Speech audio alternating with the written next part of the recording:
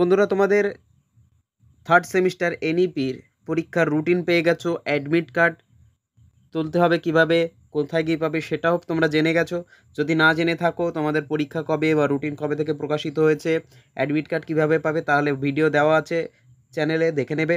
আর আজকের এই ভিডিওর মাধ্যমে আমি তোমাদের ওয়েস্ট বেঙ্গল স্টেট ইউনিভার্সিটি বিএর জেনারেল এনইপি তৃতীয় সেমিস্টার বিষয় হলো ইতিহাস, সংক্ষিপ্ত প্রশ্ন সাজেশন 2025-এ, অর্থাৎ এসএকিউ যে প্রশ্নগুলো হবে সংক্ষিপ্ত, সেই প্রশ্নগুলো দিতে চলেছি। তার প্রথম প্রশ্নটি তোমাদের সামনে এখানে দেখতে পাচ্ছ। প্রথম প্রশ্ন আছে আমির খসরু কে ছিলেন। এর অথবার প্রশ্নগুলো অত্যন্ত গুরুত্বপূর্ণ।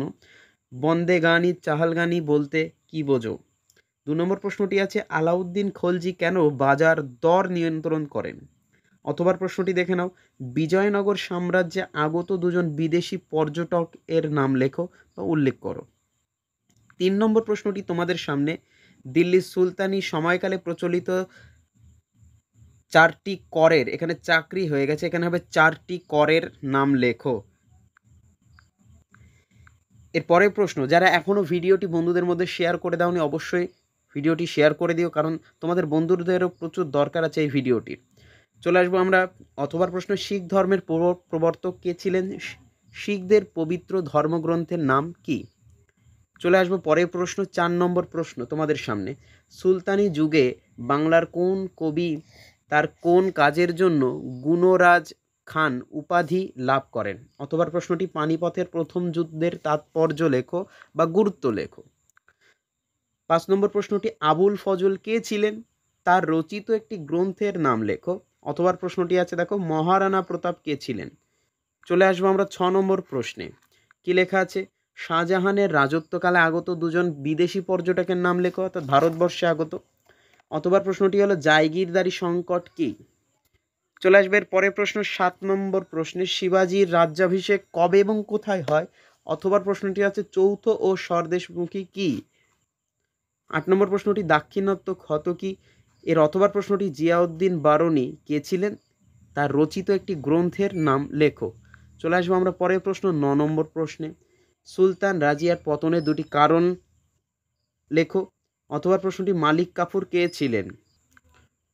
তো যারা এখনও ডিএস সাজেশন পরিবারে যুক্ত হতে পারোনি অবশ্যই সাবস্ক্রাইব বাটনটি প্রেস করে ডিএস সাজেশন পরিবারে যুক্ত হয়ে যাও, কারণ এখানে প্রতিনিয়ত তোমাদের আপডেট দেওয়া হচ্ছে। স্টেট ইউনিভার্সিটির এমনকি স্কুলের উচ্চ মাধ্যমিকেরও আপডেট দেওয়া হচ্ছে প্রতিনিয়ত, এবং বিভিন্ন সাজেশান, যাবতীয় সাবজেক্টের সাজেশানও কিন্তু দেওয়া হচ্ছে, তোমরা জানো। যারা এখনও জানো না বন্ধুদেরকে অবশ্যই শেয়ার করে দিও এই ভিডিওটির মাধ্যমে, তারাও যুক্ত হয়ে যাক ডিএস সাজেশন পরিবারে। তো সকলকে ধন্যবাদ যারা যারা এখনও অবধি জয়েন হয়েছো বা হচ্ছে। পরের প্রশ্ন হলো ইবাদতখানা কে এবং কে প্রচলন করেন। এর অথবাতে আছে রাজা টোলড্রমন কে ছিলেন। 10 নম্বর প্রশ্নটা পড়া হয়নি, বাবরের আত্মজীবনীর নাম কি, এটি কোন ভাষায় রচিত। অথবাতে আছে কাবলিয়াত ও পাট্টা প্রথা বলতে কি বোঝো। চলে আসবো আমরা 12 নম্বর প্রশ্নে, যাবতী প্রথা কি ছিল, কে এই প্রথার প্রথম প্রবর্তন করেন। অথবাতে আছে দিন ই ইলাহি বলতে কি বোঝো। 14 নম্বর প্রশ্ন তোমাদের সামনে, কে কুতুব মিনার নির্মাণ সম্পন্ন করেন এবং কার স্মৃতির উদ্দেশ্যে এটি নির্মিত হয়। অথবা আছে পাইপস ও সিজদা কি। চলে আসবো আমরা পরের প্রশ্ন 15 নম্বর প্রশ্নে।